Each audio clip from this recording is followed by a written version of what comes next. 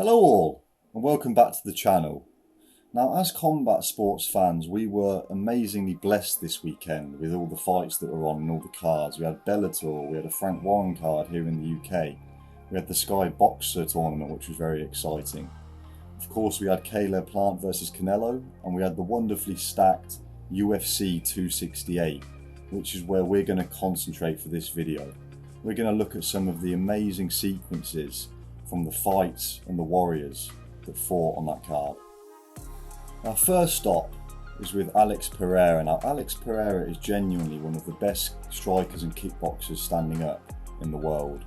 And he's trying to follow the Israel Adesanya path of striking aficionado, transitioning into MMA and seeing if his skills can get him to the top there. So let's look at his first fight. Now, this man that he's fighting is a grappler.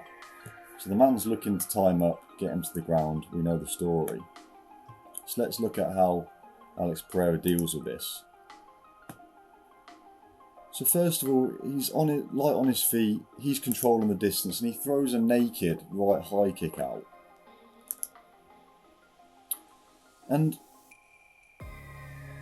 as we see him approach, he's, as I say, light on the feet, very jittery, and he just avoids a lower leg attack here by scooting his hips back and then coming right onto the edge of the opponent's range where there's pressure.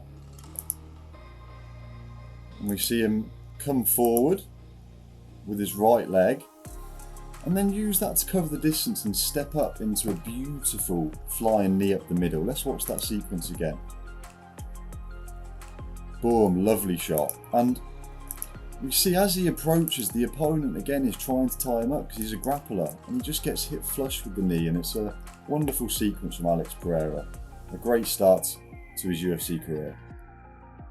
Now on to the much anticipated fight between Gaethje and Michael Chandler. Now, this fight really lived up to expectations. It was a great fight to watch, and I would fully encourage anyone to go and watch the full fight.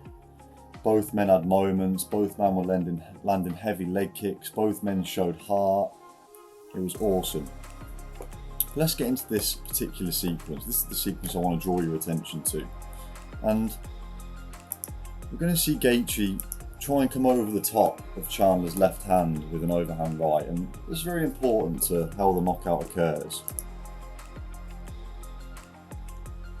So they walk back to the middle. Chandler's feinting, trying to go to the body, and as he steps in here, just look at where his head goes. Where his head goes behind his left hand.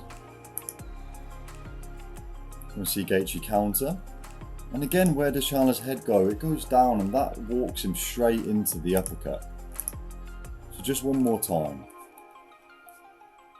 And as we watch this sequence, again, I want you to just notice where Chandler's head goes. It goes behind his shoulder. Tries to come in behind the left hand, behind the shoulder like this, because of Gaethje coming over the top previously in the fight.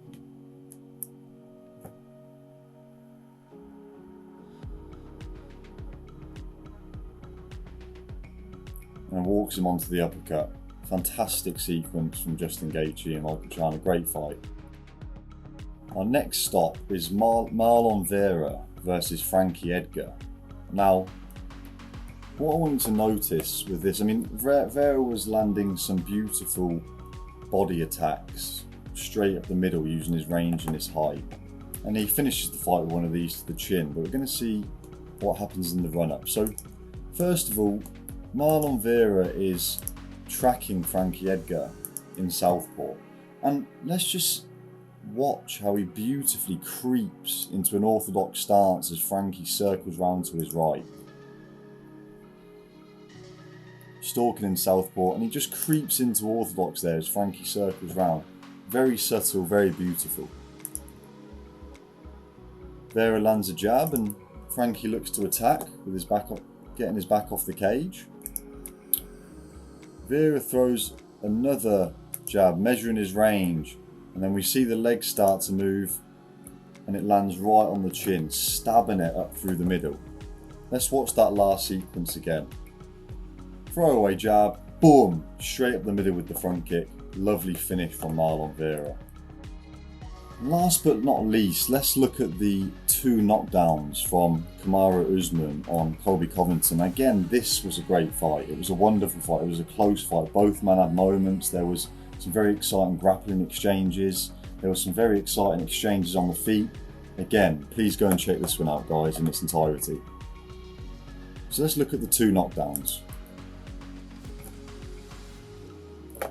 1